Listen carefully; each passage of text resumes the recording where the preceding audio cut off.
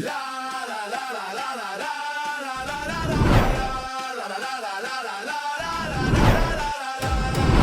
sfida è qui, il cuore batte forte, un solo tiro cambia la sorte. La sfida è qui, il cuore batte forte, un solo tiro cambia la sorte. Penalty, il gioco si decide qui. Penalty, emozioni fino all'ultimo sì. Penalty, ogni istante è magia. Penalty, la vittoria è energia. Penalty.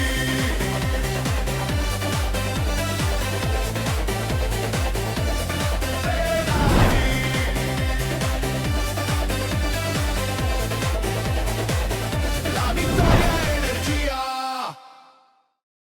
Consueto appuntamento del giovedì sera alle 21 con Penalty. Ben trovati sportivi di TVM Palermo, canale 19 del digitale terrestre. Ben trovati con questa seconda parte dedicata al calcio dilettantistico siciliano. Vi ricordo il mercoledì alle 15:30 con lo spazio dedicato al campionato di Serie D ma anche al campionato di eccellenza, mentre invece la puntata del giovedì è centralizzata soprattutto nei 4 gironi del campionato di promozione, ma parleremo anche di prima categoria. Però in questa puntata, in via del tutto eccezionale, parleremo anche di Serie D perché si è recuperata la partita tra Athletic Club Palermo e Nissa FC. Eccola qua la schermata finale con la vittoria fuori casa della Nissa FC. Guardiamo a questo punto anche la nuova classifica del campionato di Serie D.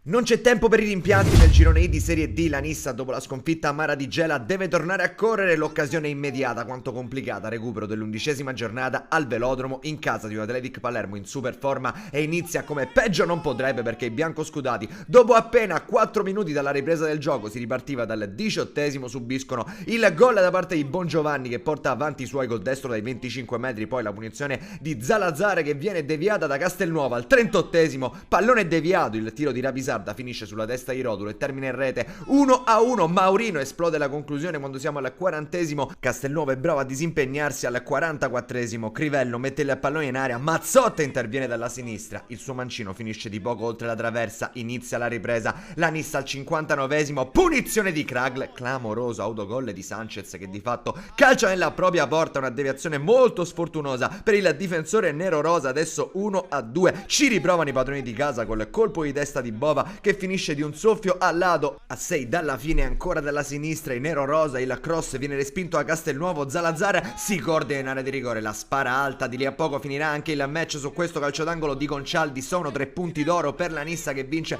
il recupero dell'11ª giornata contro l'Athletic Club Palermo. E prima di parlare del campionato di promozione dobbiamo anche ricordare del recupero che si è svolto ieri tra Licata e Partinico. Eccola qua la schermata, la vittoria del Licata. Dopo questo recupero, questa è la classifica per quanto riguarda il girone A del campionato di eccellenza. E adesso parliamo di promozione, lo facciamo subito con il girone A.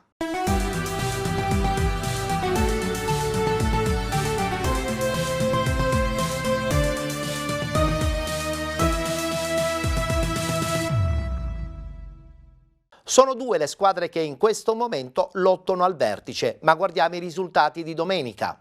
Casteltermini batte Aspra 3-0, Margheritese 2018 batte Mazzara 1946 3-2, Alcamo 1928 batte Camporeale Calcio 3-0, Aragona Calcio batte Città di Marineo Calcio 2-1, Città di Casteldaccia batte Atletico Partinico 3-1, Salemi batte Fulgatore 3-1, Gemini Calcio batte Sport Palermo 2-0 ed infine Valderice Calcio batte Terasini Mundi 2-1. E come avevo già anticipato, 2 squadre al vertice, Aragona Calcio e Gemini Calcio. Con 22 Margheritese 2018, 21 punti Alcamo 1928 con 17 Valderice Calcio, 16 punti Città di Marineo Calcio, Fulgatore e Sport Palermo, con 15 il Salemi, 14 punti Mazzara 46, 11 punti Atletico Partinico, con 8 Città di Casteldaccia, 7 punti per il Casteltermini, con 5 Camporeale Calcio, con 4 Aspra, chiude all'ultimo posto il Terasini Mundi con 1 punto.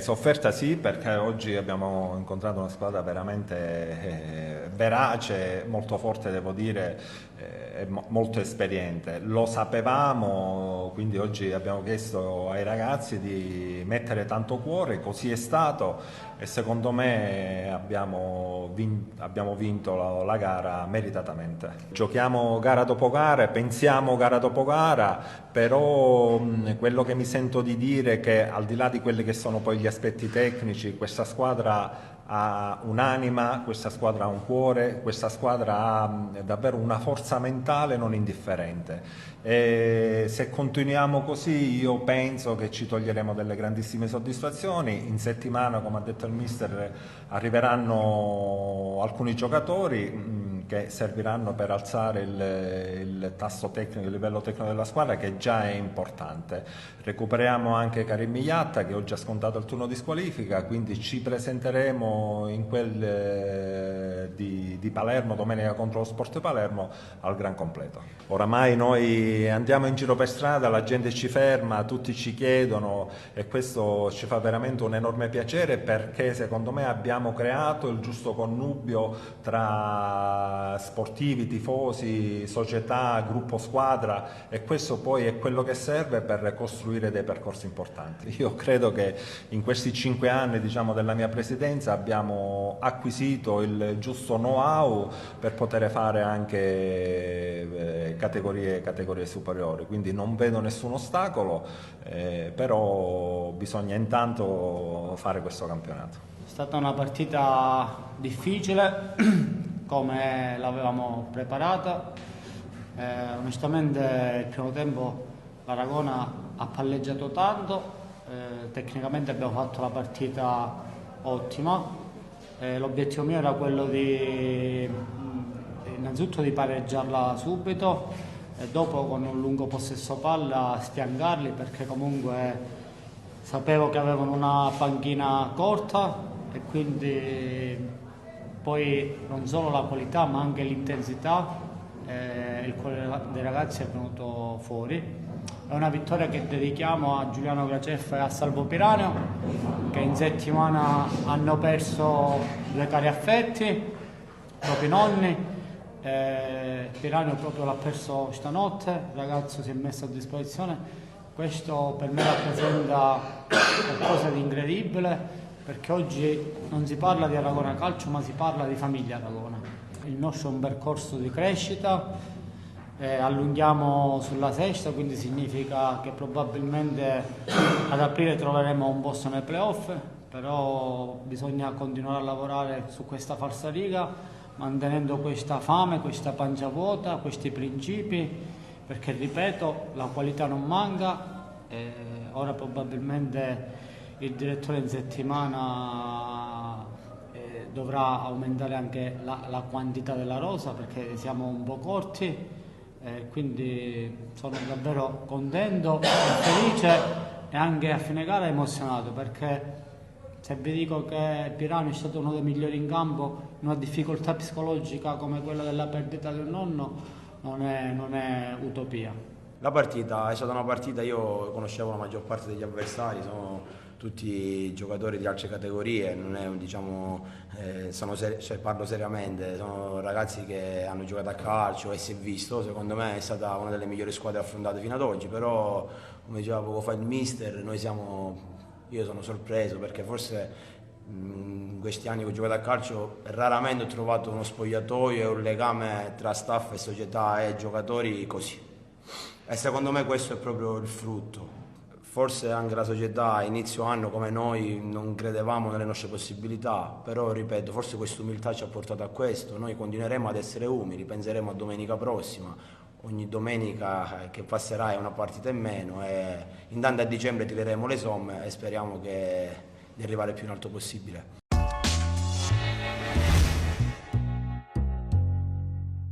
Voltiamo pagina perché adesso parliamo del girone B.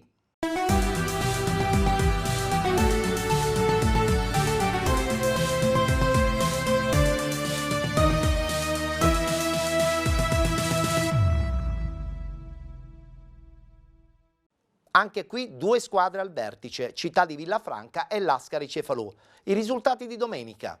Città di Villafranca batte Nicosia 2-0, Monforte San Giorgio, Nuova Rinascita 1-1. Città di Mistretta batte Comprensorio del Tindari 1-0, Profalcone Sant'Angiolese 1-0, pareggio tra Promende Calcio ed Orlandina Calcio, 1-1 il risultato finale. Aluntina batte Città di Galati 4-0, Lascari Cefalù batte Gangi 4-1, rinviata Futura Torregrotta 1973. Appaiate in vetta Città di Villafranca e Lascari Cefalù al primo posto con 24 punti. Con 20 Futura, 19 punti Orlandina Calcio, con 18 Nicosia ed Aluntina, 15 punti Profalcone, con 14 Promende Calcio, con 12 Nuova Rinascita e Città di Mistretta, 9 punti Torregrotta 1973, con 8 Comprensorio del Tindari e Monforte San Giorgio, 7 punti Città di Galati, con 6 il Gangi, chiude all'ultimo posto la Sant'Angiolese con 5 punti.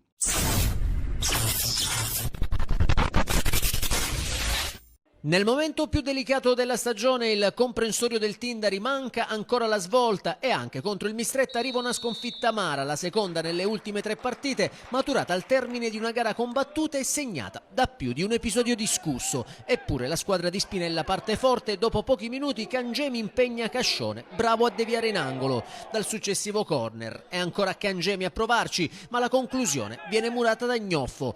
Al 22esimo i locali reclamano un rigore per un contatto su Tuccio, ma l'arbitro lascia correre. Il Mistretta però cresce dopo aver sciupato il vantaggio con Gnoffo che da buona posizione manda sul fondo. I biancoazzurri passano al minuto 30 quando Flores entra in area e con il destro batte di fina per lo 0-1. Per il classe 2004 si tratta della seconda rete in campionato. Gli ospiti insistono ed è ancora Gnoffo a provarci da fuori con un sinistro alto. Il Tindari reagisce, al 35esimo avrebbe la chance per il pareggio, ma Tuccio, servito da Adamo, calcia alto da ottima posizione. Nella ripresa i padroni di casa spingono ancora, proteste al 55esimo per un possibile mano in area, ma il direttore di gara assegna una punizione dal limite su Ricciardello. La battuta di Adamo termina di poco sopra la traversa. Il momento chiave però arriva all'83esimo quando Tuccio insacca di testa la conclusione di Rotella. L'arbitro convalida, poi torna sui suoi passi su segnalazione dell'assistente che annulla per fuorigioco. Le immagini però mostrano Iatta del Mistretta sulla linea di porta, in posizione che terrebbe in gioco l'attaccante giallo-blu. Il Tindari non molla e all'89esimo Rotella di testa sprega a porta spalancata l'invito di Adamo. Nel finale ci prova anche verso dalla distanza, ma Cascione blocca sicuro. Finisce così con il Tindari che resta fermo a 8 punti appena sopra la zona play-out, mentre il Mistretta sale a quota 10 agganciando la metà classifica.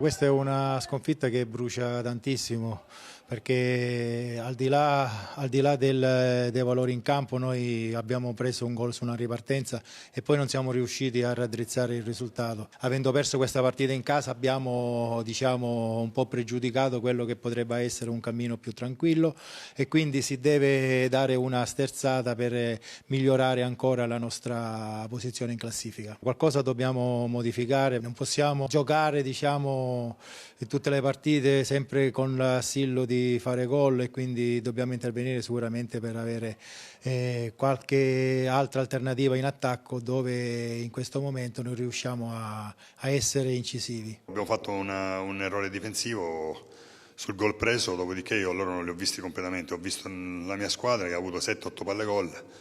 Purtroppo sotto porta abbiamo poca fame perché non si possono sbagliare determinati gol e da questo punto di vista dobbiamo essere un po' più cattivi. Perdere questi punti con i nostri diretti concorrenti alla salvezza diventa una sconfitta doppia perché poi dobbiamo andare fuori casa a fare il risultato. Già da 3 partite che non facciamo punti perché da 3 partite abbiamo fatto soltanto il pareggio alla Sant'Angiolese. Diciamo che abbiamo un po' interrotto il rollino di marcia che avevamo preso all'inizio e dobbiamo lavorare. Ahimè sai benissimo che sono un tipo che mi lamento poco della terna arbitrale, però ha annullato un gol con l'uomo sul palo, ha alzato la bandierina. Oltre questo nel secondo tempo ogni volta che mettevamo una palla nell'area di rigore alzava la bandierina prima che ancora calciava il pallone, quindi non so per quale motivo, non so se avevano dei precedenti con questa società, però so soltanto che la Lega se continua con questi guardalini giovani che poi non riescono manco a tenere la partita, alla fine ne pagano le società che fanno sacrifici.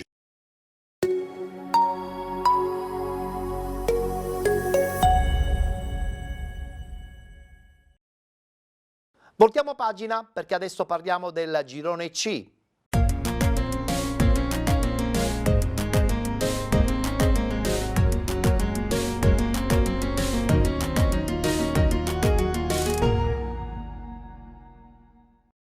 L'unico girone dove troviamo solitaria in vetta una squadra, parliamo del Calcio Santa Venerina. Questi risultati di domenica.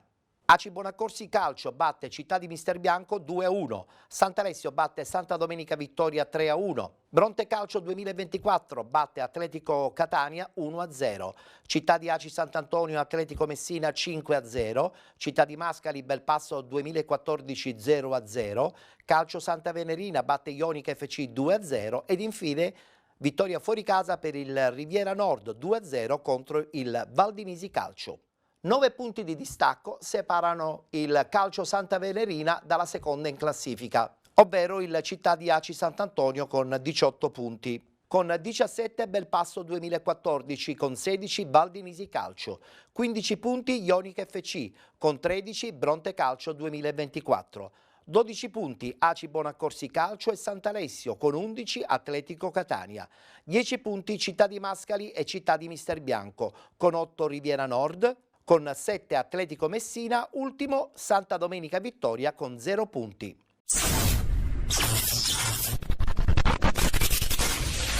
Ancora loro, ancora Santa Venerina e Ionica, l'uno contro l'altra, dopo il doppio confronto in Coppa Italia che ha visto prevalere il rosso-giallo-blu che hanno espugnato in settimana lo serio buco e conquistato il passaggio del turno. Padroni di casa che come in Coppa Italia prendono subito il pallino del match, De Leonardis.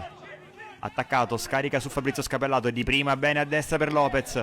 Il controllo di Lopez, riesce a tenere il pallone in campo. Poi va all'indietro da Fabrizio Scapellato, il cross di prima intenzione che diventa un tiro. Pontet smanaccia in corner. Dalla bandierina Sinatra batte corto per Pisasale che va l'1 contro 1. Il cross, la palla passa, finisce sui piedi di Spampinato. Spampinato il mancino, si allunga ancora Pontet. Santa Venerina che colleziona angoli in questo avvio. Da uno di questi però Pontet fa ripartire in contropiede Pisapia che va in accelerazione, entra in aria, duello con Zanella che recupera e salva tutto. Pisasale lotta con Lanza che lo ferma senza fallo secondo il direttore di gara. Riparte Lanza, allarga a sinistra per Pisapia. Pisapia dentro per Franzino, Franzino il sinistro, fa la barba al palo. 21esimo, Daniele Scapellato batte rapidamente un piazzato nella zona di Sinatra. Sinatra scodella in aria per Lopez, lo stop di petto. Lopez il sinistro. Ancora Francesco Lopez, ci ha preso gusto a segnare, terzo gol consecutivo. Si sblocca il punteggio a Vincenzo Grasso. Maniscalco va al rinvio lungo verso Pisasale, lo stop, poi Fabrizio Scapellato subentra, salta un avversario, strappa in mezzo al campo. Scapellato cerca De Leonardis che prolunga per Lopez. Lopez atterrato in area da Sturiale, calcio di rigore per il Santa Venerina. Dal dischetto parte Carbonaro che centra la traversa, si resta sull'1-0. Alto calcio d'angolo per il rosso giallo blu. Carbonaro batte corto per Fabrizio Scapellato. La finta, Scapellato, il cross murato da Pereira, proteste per un fallo di mano. Tiro ravvicinato ma braccio di Pereira che sembrava largo.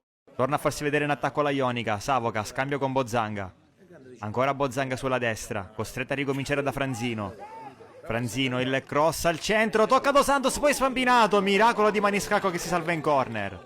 Dalla bandierina va Bozzanga al centro per Pisapia, alto sopra la traversa. Nella ripresa ospiti subito minacciosi, punizione di Franzino. Intercettata per un attimo da Daniele Scapellato, recupera Pereira. Alimenta ancora Franzino, il traversone dentro per Ocuvidea, ancora alto. Minuto 55, Maniscalco dal fondo, corto per Daniele Scapellato. La alza e cerca Lopez a destra. Lopez la mette giù, poi ricomincia da Pisasale. Attaccato, va all'indietro da Spampinato. Spampinato verticalizza per Fabrizio Scapellato, ottimo lo stop, poi serve Lopez che può spingere a destra. Lopez prolunga per De Leonardis. De Leonardis taglia dentro, ancora De Leonardis, l'assist al centro per Carbonaro, sfaglia alla porta. Carbonaro col destro, con deviazione, non può sbagliare due volte. Nino Carbonaro, 10° gol in campionato, finalizza una splendida azione di 8 passaggi. Padroni di casa forti del doppio vantaggio e che continuano a spingere. Spampinato allarga per De Leonardis, di prima intenzione, lungo linea verso Carbonaro. Prova a scattare in velocità con Ocuvidè, sbaglio Ocuvidè, ne approfitta Carbonaro. Carbonaro alla conclusione, si oppone Pontet. Nuova energia a centrocampo per mister Calvaruso, fuori Pisasale, dentro Basile. Giuffrida per Savoca. Savoca va in profondità a cercare il taglio di Dos Santos, anticipato da Spampinato. Poi Pisapia di testa, protesta della Ionica stavolta per un tocco di mano di Gulli. La palla tocca prima il volto del difensore, poi scivola sul braccio, lascia proseguire l'arbitro. Gli ospiti si gettano in attacco alla ricerca del gol per accorciare le distanze, ma si espongono alle ripartenze degli avversari. Bozzanga, fermato da Daniele Scapellato, riparte Fabrizio Scapellato che mette in movimento Carbonaro, di tacco, ancora per Daniele Scapellato, subito per Sinatra. Sinatra, tanto spazio, punta Giuffrida, va all'1 contro 1. Sinatra in aria, la conclusione, la traversa salva Pontet. Un altro cambio per mister Calvaruso, debutto in campionato per Lorenzo Buonaccorso che prende il posto di De Leonardis. Ancora Sinatra protagonista nel finale. Ci prova stavolta su punizione, pizzica alla parte alta della traversa. Ultimi tentativi degli ospiti, rilancio di Savoca, sponda di petto di Dos Santos, scambio con Pisapia, ancora Dos Santos, fronteggiato da Gulli.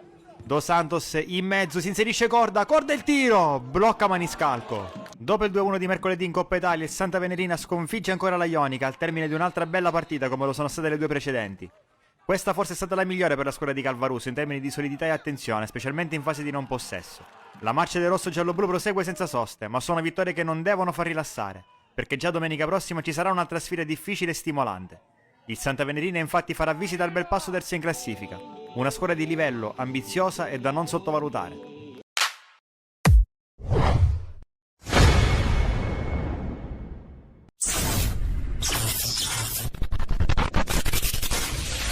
Seconda pesante vittoria consecutiva, 12 punti in una classifica che nel giro di 8 giorni trascina in comfort zone la Buonaccorsi. 2-1 alla città di Mister Bianco nel bel mezzo di una serie di scontri diretti che tingono di sorrisi la truppa giallo-verde, la quale entra in partita a metà tempo dopo una fase di studio senza particolari brividi da ambo i lati. Andrea Isaia, ritornato alla base dopo una breve esperienza a Priolo, in appoggio per Cerasuolo. Scorciapino di prima per Capitan Divenuto, dialogo serrato tra i due in un fazzoletto di terreno, ospiti stretti nel forcing di casa, alla fine un tiro di Fazio è alto ma dimostra la crescita della Buonaccorsi in questa fase del match. Insomma, una presa di consapevolezza che anche questo scontro diretto, dopo l'exploit di Messina sull'Atletico, può e deve essere vinto. La Spina esce alla grande su una punizione del CDM, Divenuto corre verso la porta e impegna Leone. Cerasuolo su respinta di testa alle polveri bagnate. Alla mezz'ora Scorciapino e ancora Divenuto, galvanizzato dalla doppietta in riva allo stretto, si esibisce in un sinistro che fa gridare al gol. Tempi maturi dunque e al 43esimo la prima chiave di sblocco della contesa mentre i biancazzurri si vedono solo con Lupo. Pappalardo blocca ben piazzato e prima dell'1-0 ancora la Spina fa da assist man per Cerasuolo che non aggancia. E dunque, dicevamo, minuto 43, Abramo per Divenuto che scatta e deve fermarsi solo a causa di questa trattenuta poco prima del limite dell'area di Valenti, ultimo uomo, solo giallo per il numero 2 del CDM. Punizione affidata ad Andrea Isaia e per lui arriva con questo destro morbidissimo di interno il primo sigillo stagionale e l'1-0 che potrebbe divenire bis proprio nel recupero. Ancora Isaia, poi la Spina, Cerasuolo si inceppa ancora davanti alla porta. Episodio che manda tutti al riposo sul +1 per l'11 di Peppe D'Antone. Ripresa, la partita rimane in bilico ma non sembra esserci reazione adeguata dei mister bianchesi a tal punto da impensierire la Buonaccorsi che al 60esimo, quindi al quarto d'ora esatto, pone la partita in zona sicurezza. Tira Fazio a porta vuota, Toro salva ma in agguato c'è Cerasuolo. Atterrato e calcio di rigore per le statistiche gialloverdi rivedono gli 11 metri dopo un anno esatto. Dopo numerosi tentativi arriva il gol dell'attaccante e così per lui è il quarto stagionale. 2-0 e standing ovation per Cerasuolo quando lascia il posto a Calarco al 20esimo. La gara sembra non dover più riservare sorprese e invece un calo negli ultimi 20 minuti rimette in vita il CDM. Indelicato la fa passare per il neoentrato Corsaro. Pappalardo compie 2 straordinari interventi ma sul terzo, una pregevole rovesciata di trombetta, capitola ed è 2-1 quando cade il 25esimo. Entra Nicosia e rifiata Divenuto, poi è la volta di Abbascià per Abramo a cavallo della mezz'ora. Il Città ci riprova e di testa mette qualche brivido ai locali. Ad avere le occasioni migliori è però la Buonaccorsi nel finale. Fazio di testa per Calarco che lancia in profondità Nicosia, che all'ultimo metro trova Indelicato pronto a fermarlo sotto porta e salvare tutto in calcio d'angolo. Quindi è Abbascià, imbeccato dalla Spina, a fallire una clamorosa palla gol a tu per tu col portiere, mandandola alle ortiche. Nel recupero Pappalardo disinnesca un cross dalla sinistra pericolosissimo del 4 ospite e la partita finisce qui. La Buonaccorsi centra la quarta vittoria in stagione e si prepara a un altro ennesimo scontro diretto dai punti pesanti nell'ultima domenica di novembre a Messina col Riviera Nord.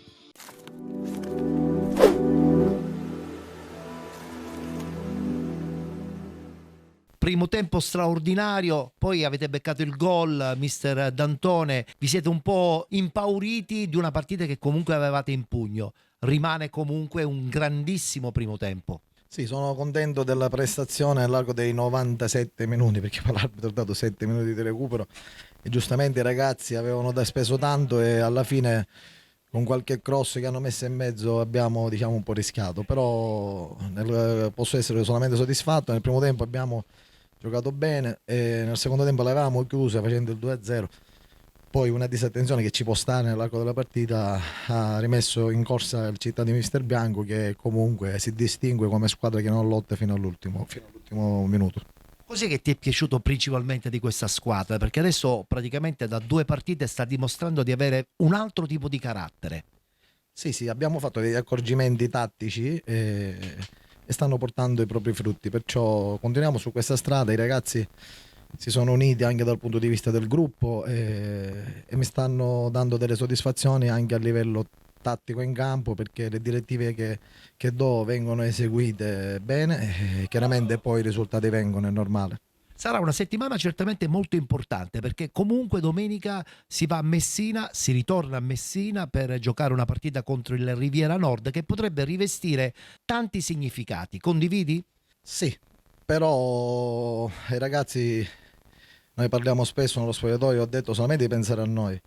Oggi era difficile perché purtroppo il nostro campo, essendo in terra battuta, crea delle insidie. Abbiamo proprio cambiato modulo e gioco. Giochiamo palla da dietro, impostiamo, abbiamo dei giocatori che a livello tecnico importanti. Qui oggi un pochettino, anche una parte del primo tempo ci siamo persi. Poi siamo saliti in cattedra, sicuramente il fattore che andiamo a giocare in un campo sintetico ci può dare una mano, ma rimane sempre il fatto che uno deve avere la concentrazione alta, la cattiveria sportiva e abbiamo bisogno dell'aiuto di tutti. Lavorerai molto sulla parte tecnica più che atletica, perché oggi la squadra ha dimostrato di avere veramente 98 minuti sulle gambe in maniera straordinaria. Sì, lavoreremo in settimana in tutte e due le fasi. I ragazzi non hanno mai mollato, a prescindere qualche settimana fa da qualche risultato negativo. Da questo punto di vista non possono imparare niente, i ragazzi si sono sempre messi a disposizione.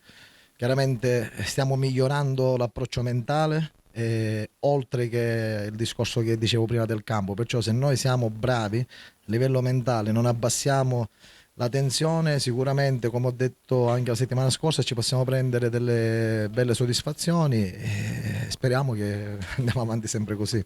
Mister Suriano, messa da parte la bella vittoria di 7 giorni fa contro il Valdinisi, siete venuti qui ad Aci Bonaccorsi probabilmente anche per fare risultato. Avete messo tanta intensità, soprattutto nella parte finale, quando avete riaperto la partita. Che partita è stata per te? Allora, è stata una partita difficile, combattuta. Sapevamo che venivamo in questo campo e non era assolutissimamente facile giocare, perché gli appoggi con la terra battuta rispetto ai sintetici ormai di oggi sono ben diversi.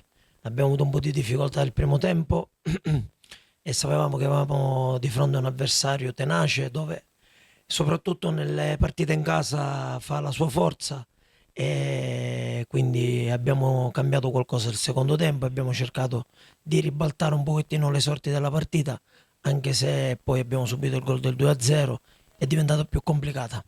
Però è anche vero che poi appena avete realizzato voi il gol della vostra partita, la partita comunque è cambiata. Avete messo quell'intensità che probabilmente poteva aprire uno spiraglio addirittura anche al pareggio.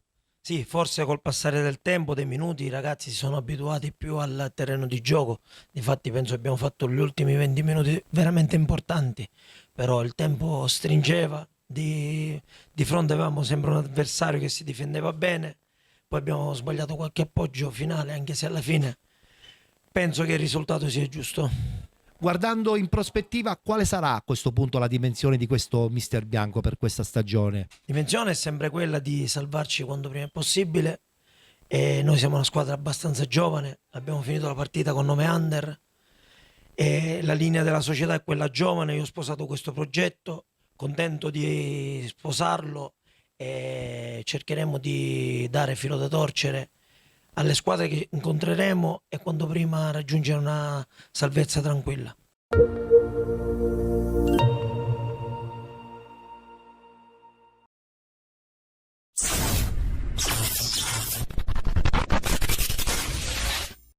Aci Sant'Antonio contro Atletico Messina torna dopo il turno infrasettimanale di Coppa, il campionato di promozione.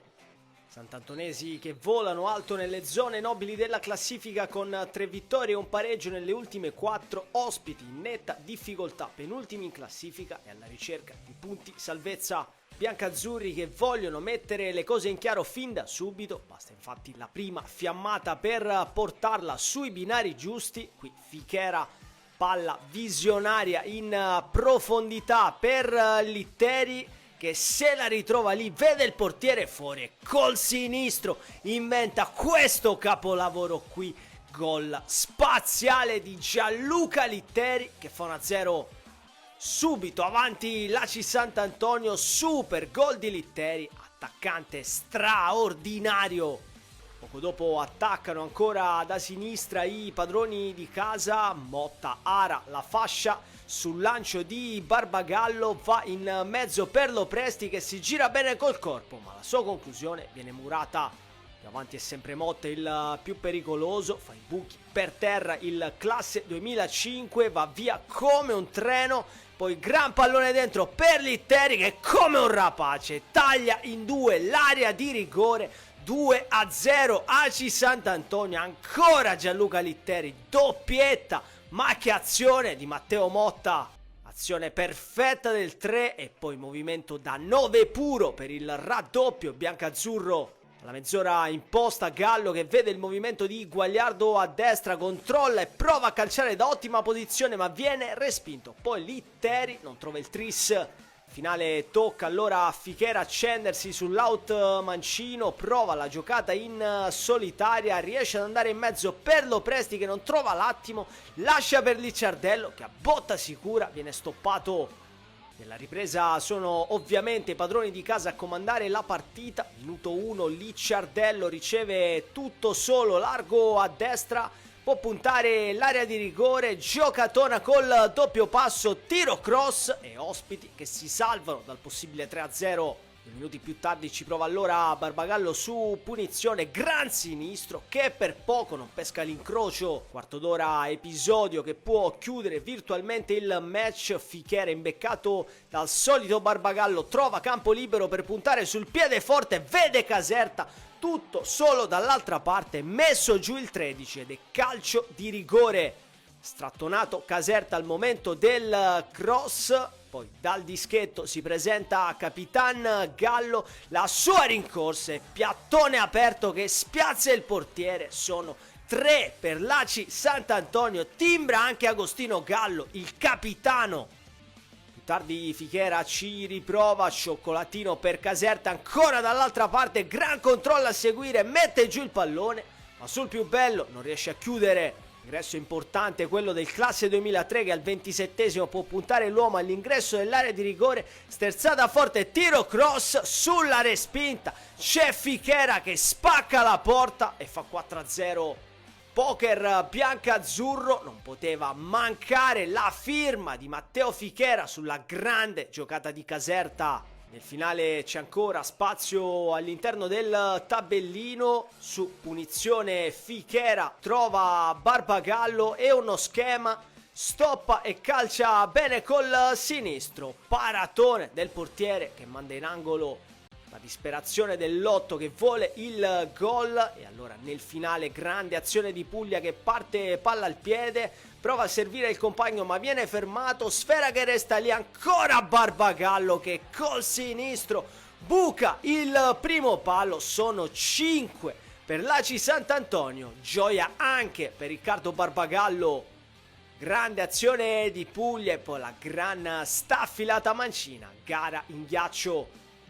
C'è tempo solo per questa punizione di Sciuto che scavalca bene la barriera ma non crea pericoli e sarà di fatto questo l'ultimo frame di questa sfida che termina così. Triplice fischio al comunale di Aci Sant'Antonio, vincono i biancazzurri che torneranno in campo mercoledì in Coppa contro il Priolo.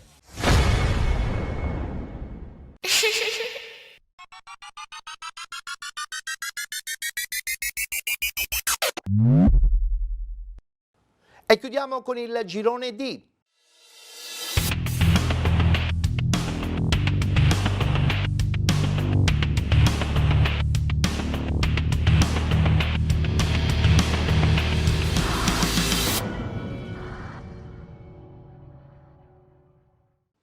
In attesa dello scontro diretto, ritorna di nuovo in vetta, insieme all'Acragas SLP, il Priolo FC. Questa è la schermata dei risultati. Pro Ragusa batte Atletico Megara 2-1, Frigentini batte Scicli 1-0, Priolo FC batte Città di Canicattini 3-1, Sommatinese batte Calat 2-1, pareggio tra Santa Croce Soccer ed Acragas SLP, Gimnica Scordia batte Gela 2-1, Notocalcio batte Serra di Falco 3-1. Priolo FC ed Acragas SLP pertanto solitaria in vetta con 25 punti. Con 18 Santa Croce Soccer, 17 Gimnica Scordia, con 14 Pro Ragusa, 13 punti Città di Canicattini, Atletico Megara e Sommatinese, con 11 Notocalcio, con 7 Serra di Falco, Scicli e Frigentini, 6 punti per il Calat, con 2 il Gela.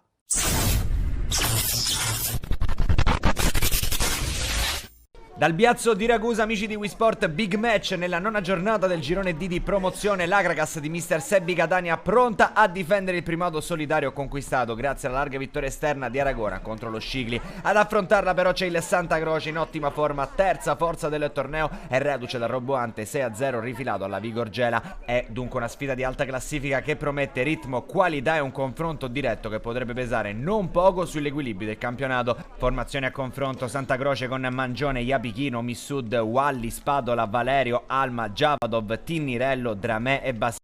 Risponde l'Acragas con Manna, Camilleri, Cipolla, Nodo, Fragapane, Scribani, Kir, Marchica, Jamate e Lopez Tripoli. Partiamo col film del primo tempo, basta un minuto ai locali, cross dalla sinistra messo dentro per Dramè che manda clamorosamente alto davanti al portiere. Al sesto ancora Santa Croce, corner battuto dalla sinistra per Basile che prima cicca la sfera, poi la conclusione che termina fuori. Al settimo Tel Lopez cerca e trova lo sfondamento dalla destra, mette dentro su Tripoli, controlla e calcia anche lui, non inquadra lo specchio della porta, le occasioni si susseguono. Al nono palla in profondità per Basile, il Santa Croce prova a lanciarsi in area di rigore, Javadov manda di poco sul fondo. Al diciottesimo l'Acragas cerca la chance in verticale e la trova, alla ricerca del gol del possibile vantaggio. Il pallone viene liberato per Jama che manda alla distanza ma trova la deviazione in calcio d'angolo di Mangione. Minuto 26 ancora Acragas con Jama protagonista a destra, prova a mettere il pallone dentro per Scribani che riesce anche a calciare, trova però la parata sicura centrale da parte di Mangione. Al 29esimo lancio lungo per Basile, uno dei più pericolosi per il Santa Croce, la sterzata e il pallone dentro su Dramè che manda in rete ma è tutto fermo per presunta posizione di fuorigioco del numero 9 dei padroni di casa. Al 37esimo gran palla di Tinnirello per Javadov che davanti a Manna si presenta e non sbaglia, è glaciale, fa 1-0 e porta avanti un po' a sorpresa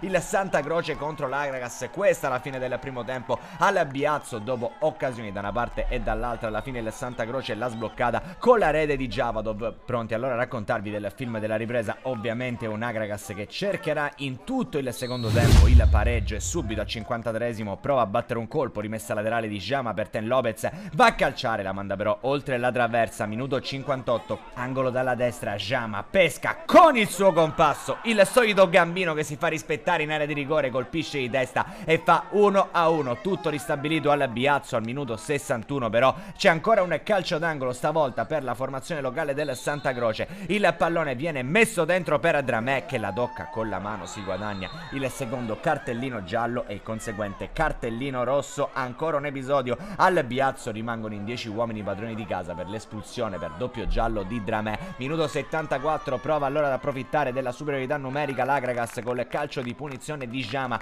quando manca poco più di un quarto d'ora alla fine, traiettoria che però termina direttamente sul fondo. 76esimo, ancora Jama che stavolta cerca l'assist per Gambino nel tentativo di replay del gol, stavolta però il colpo di testa finisce alto. 83esimo, sempre Acragas, King per Jama, l'imbucata per Ten Lopez, va a calciare, deviazione in calcio d'angolo di Mangione, molto attento il portiere del Santa Croce, sicuramente tra i migliori dei suoi. 88esimo, il solito corner di Jama è sempre un pericolo, respinto a Mangione, la sfera torna ancora Jama a contatto con Valerio, si lascia cadere, l'arbitro vicino e indica la massima punizione, calcio di rigore per l'Aragas. Può cambiare ancora una volta il volto della partita, la grande chance sui piedi proprio di Jama che se l'è conquistato. Solitamente è uno specialista. Minuto 89, va Jama con la mancino, viene ipnotizzato da Mangione che adesso sì è diventato il migliore in campo al Biazzo di Ragusa. Gran parata del portiere su un calciatore di esperienza come Jama, diventa l'eroe dei suoi. 91esimo, l'Aragas però non si arrende, lancio lungo per Tenne Lopez che cerca il pallonetto, il pallone sul fondo, grande chance sciupata, finisce così la partita, è 1-1.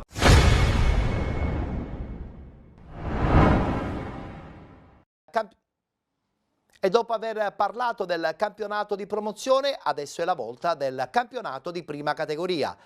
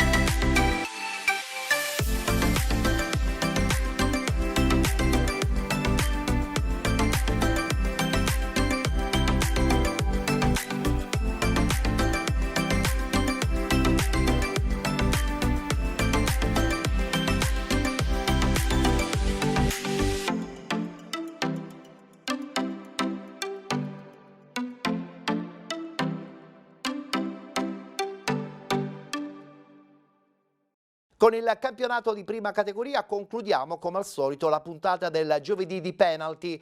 Noi ci rivedremo mercoledì prossimo, vi ricordo alle 15:30 la puntata dedicata al campionato di Serie D ma anche al campionato di eccellenza, mentre per ritornare a parlare di prima categoria e di promozione allora l'appuntamento è come al solito fissato per giovedì prossimo alle 21. Per intanto grazie per essere stati con noi, ci vediamo la prossima settimana.